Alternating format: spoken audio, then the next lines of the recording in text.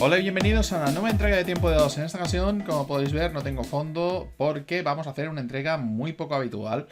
Normalmente no suelo meterme en temas de actualidad, pero es que es un tema de actualidad que tiene un poco que ver con lo que normalmente suele ser este programa en concreto, el Tiempo de Dados, que suele ser un programa de opinión con respecto a los productos. Y en este caso parece ser que hay una rumorología que toca bastante a algunos de los juegos que normalmente solemos tener en este canal, que suelen ser juegos de la estirpe del D20, de la estirpe de Dungeons and Dragons, de lo que sería todo lo que sería el OGL, el Open Gaming License, que parece ser que Wizards of the Coast ha sacado una nueva versión del OGL, del Open Gaming License, y parece ser que la versión 1.1, que es la que parece ser que están inminentemente a punto de lanzar, se ha filtrado en algunos medios y ya se han visto algunas opiniones, algunos análisis, algunos preanálisis de ese texto, que hay que decir de que no es algo completamente definitivo,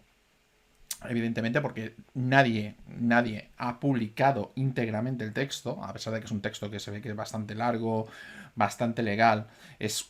Para los que no sepáis de qué se trata, la OGL es una licencia que Wizards of the Coast sacó en el 2000 que te permite, mediante unos documentos de referencia del sistema, también conocidos como SRDs, que son contenidos abiertos que Wizards liberó, que en un principio eran casi todo el sistema de Dungeons and Dragons tercera edición, te permitía poder sacar tus productos siempre que utilizaras ese material que fuera libre y no utilizaras ningún material que estuviera sujeto a copyright. Debido a ello, surgieron toda una serie de suplementos ya para Dungeons and Dragons, incluyendo, también hay que decir de que Wizards no solamente tenía esa licencia, tenía otra que era un poco más restrictiva, que ya te permitía utilizar cosas como, por ejemplo, la marca de Dungeons and Dragons y ciertas cosas que la licencia libre directamente no te permitía hacer. Pero era una licencia un poco más restrictiva y se fue haciendo más restrictiva a medida que fueron pasando los años. Dicho sea eso, luego hubieron otras compañías que vieron que podían hacer su propia versión de Dungeons and Dragons con esa licencia, que podían hacer otros juegos utilizando esa licencia, ya que se trata de una licencia libre, que no tenía ningún tipo de royalties asociados.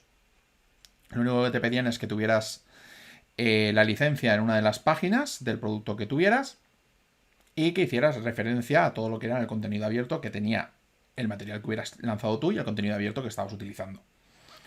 Era una licencia bastante sencillita, de hecho todavía podéis acceder a ella, es la OGL 1.0.a. He hecho ya un análisis de lo que se está sabiendo sobre la Open Gaming License, la versión 1.1, porque la versión 1.1, por lo que parece ser, es una versión bastante más dragoniana. Y hice una entrada de blog, sí, un blog, donde se pueden ver las cosas que se están rumoreando acerca de esta licencia. He preferido hacer un vídeo propio en lugar de simplemente las participaciones en charlas, principalmente para que veáis un poquito de lo que yo opino y más o menos lo que yo entiendo que es lo que va a suceder. Luego haremos otras charlas, probablemente el jueves haremos una de Roleros Unidos, en la cual ya hablaremos quizás también de este tema, pero también hablaremos acerca de los otros juegos que son de materia libre. Ya hay otros juegos que utilizan esta licencia, cosas como por ejemplo Fate, por ejemplo, utiliza esta licencia. Hay otros juegos como por ejemplo Traveler, que tiene una licencia que es abierta, Cepheus, por ejemplo, es un juego que utiliza la licencia OGL, y cómo les puede llegar a afectar. Y dicho lo cual, vamos a pasar directamente a hablar acerca de la OGL y la polémica que tiene la OGL al respecto. Bueno, aquí hago un pequeño preámbulo acerca de la definición de la licencia. La licencia OGL 1.0a técnicamente era una licencia era una licencia perpetua. ¿Vale? Sabéis ya que hice un vídeo por los Santos Inocentes, que aquí es el April Fools, el equivalente del April Fools, del Día de los Tontos, acerca de que todo iba a estar más o menos bien, porque la licencia, principalmente desde lo que era la seguridad de saber de la licencia 1.0, era una licencia que era perpetua y que no se podía revocar. De hecho, Ryan Dancy, que es la persona que lanzó esa licencia, la persona que abogó dentro de Wizards of the Coast para que se hiciese el sistema de licencias que estaba utilizando Wizards a principios de los 2000, dijo que lo había hecho de manera en que Wizards, en caso de que cambiara sus políticas, no pudiera nunca revocar la licencia OGL. Pero parece ser que hay algún truquito, alguien ha intentado utilizar algún truquito legal. Entonces, en una página web que se llama Gizmodo, que creo que aparecerá por aquí como IO9, Gizmodo, mejor dicho, hicieron un artículo bastante largo, bastante inclusivo con respecto a todo lo que veían dentro de la licencia que podía afectar a lo que sería todo el entorno OGL. En N-World hicieron un resumen un poquito más escueto, que es el que os voy a comentar, para que veáis un poquito de qué va.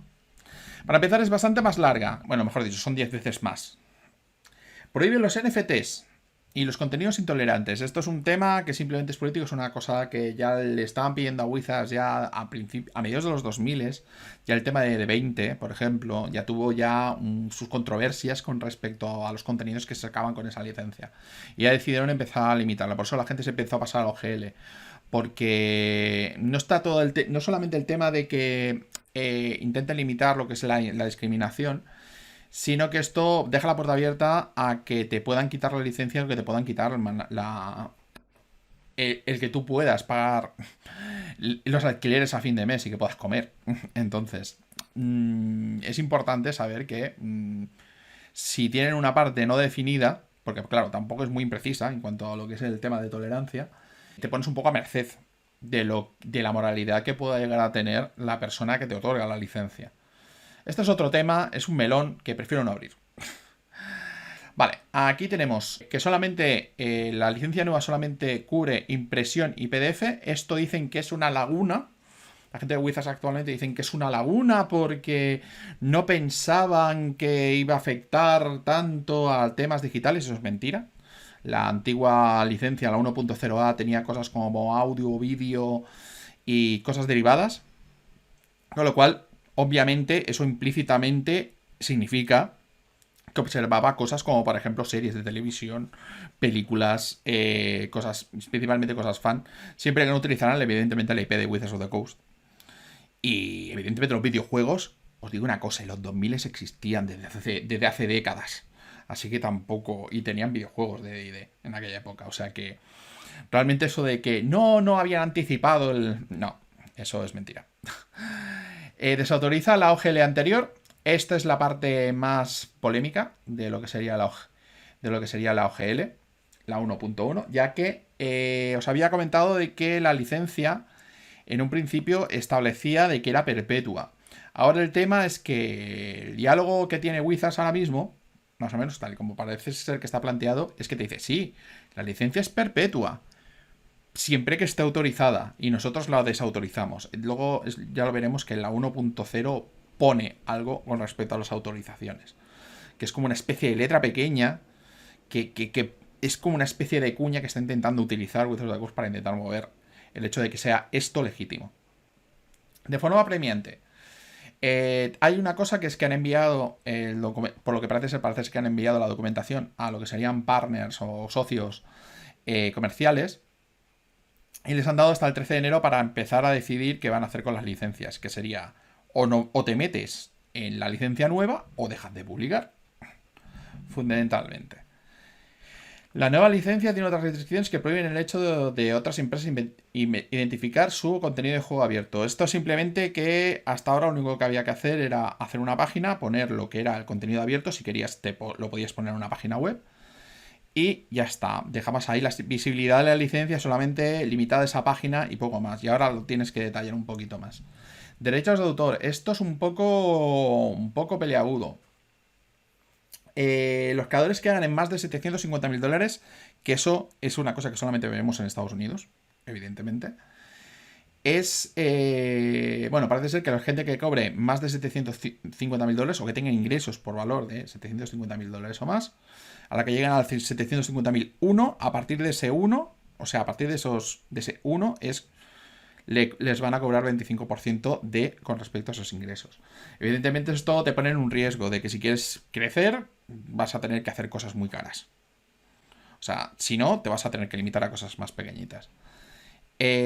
Además hay otras cosas, como por ejemplo que hay que enviarle a Wizards of the Coast, aunque tú no llegues a ese nivel de cobro, si lo vas a lanzar en cualquier sitio a nivel de pagar, o sea, a nivel de que tú cobres, o sea, que lo pongas en una tienda, pues tienes que decirle a Wizards of the Coast lo que has hecho, le enviarle una copia, una descripción, dónde lo estás vendiendo y demás datos.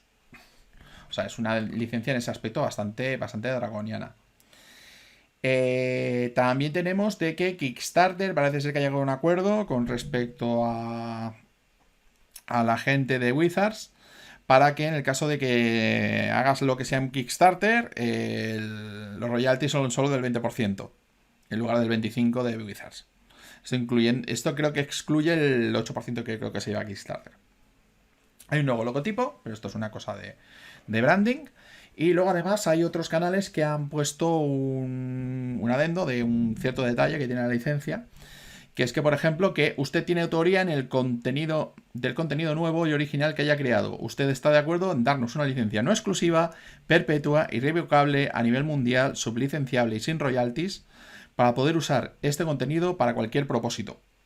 O sea, esto es literalmente que si tú publicas dentro de esta licencia, los derechos se los pueden, o sea, pueden dedicarse a vender tu producto y no hace falta que te paguen nada si te metes en esta licencia.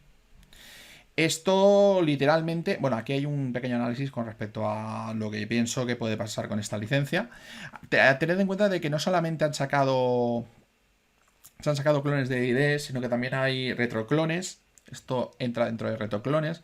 Otros juegos que intentaban utilizar el mismo sistema de juego abierto, en el cual hubiera colaboración por parte de terceros sin necesidad de tener que pagar ningún royalty, cosa que habían pasado como por ejemplo con juegos de Mongoose, cosas como Legend, que se le conoce también como Mongoose RuneQuest, que tenía una licencia SRD también.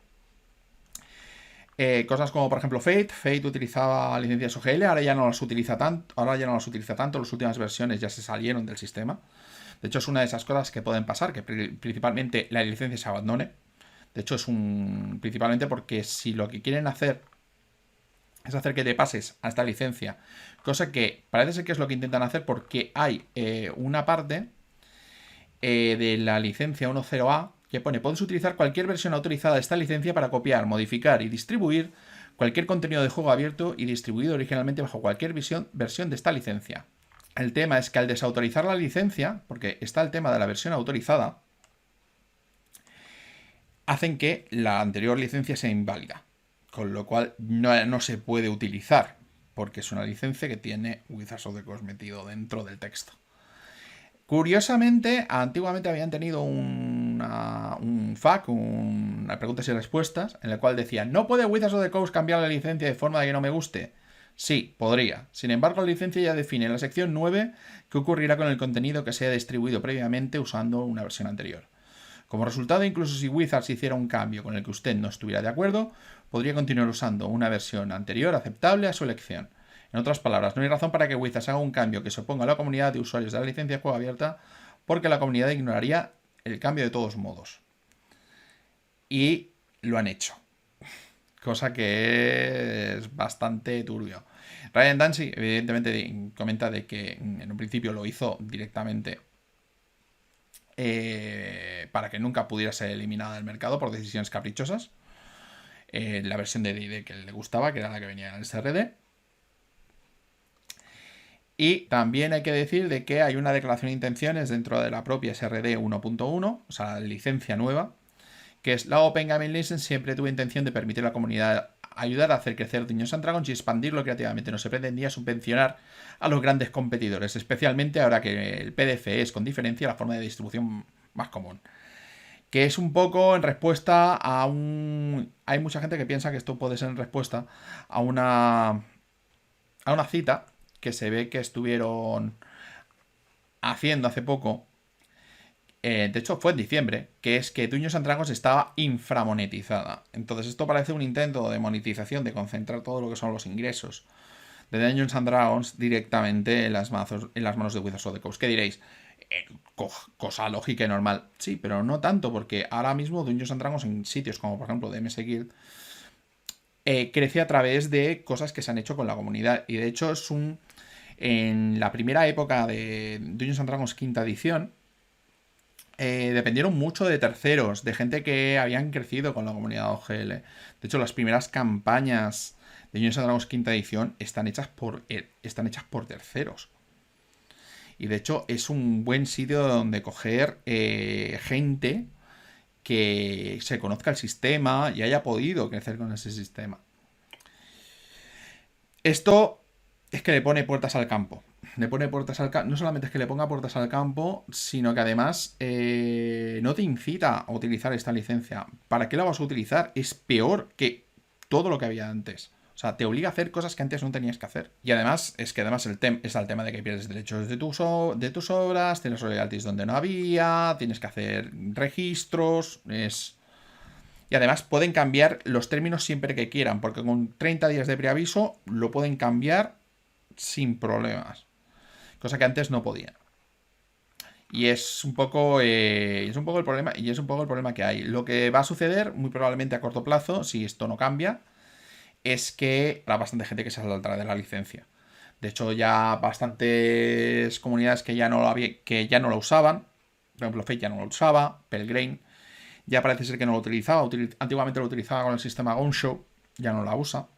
Se ha pasado a Creative Commons. Esto significa el final de una época, fundamentalmente. ¿Qué puede suponer esto para los proyectos que estén en marcha? Muy probablemente les afectará quizás de manera negativa, porque no sabemos exactamente, porque van a haber algunos proyectos que a lo mejor ya están cobrados, no sabemos si les van a tener que imponer el royalty o no.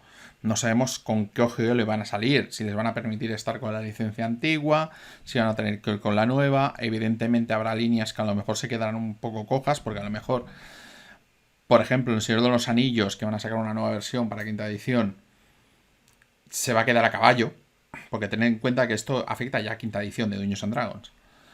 Se van a quedar a caballo. Iban con la licencia OGL, ahora a saber que aunque van, si lo van a tener que hacer más cerrado, si van a tener que llegar a un acuerdo directamente con Wizards, todavía no se sabe prácticamente nada.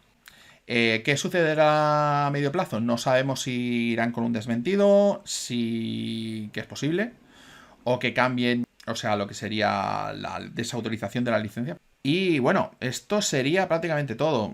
Sé que parece un vídeo un poco plomizo, de que es prácticamente casi un vídeo de rumores, porque esto no se trata por ahora de nada que esté confirmado, propiamente dicha. Voy a dejar los enlaces para que podáis ver un poquito lo que es la información, la entrada de boss y ese tipo de cosas. Y esperemos que las cosas se tranquilicen un poco. Yo espero por lo menos que haya alguien que diga, bueno, pues vamos a hacer otra licencia. Lo malo de que esta licencia ya no exista es que era un abanderado de, mira, la industria, pueden haber tiburones de la industria, pero te dejan hacer esto. De hecho, había una OGL 1.0A con el SRD de quinta edición.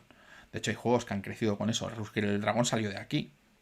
De hecho, si os fijáis, hay juegos, por ejemplo, que todavía utilizan licencias. Cosa, por ejemplo, Hitos utiliza licencia OGL.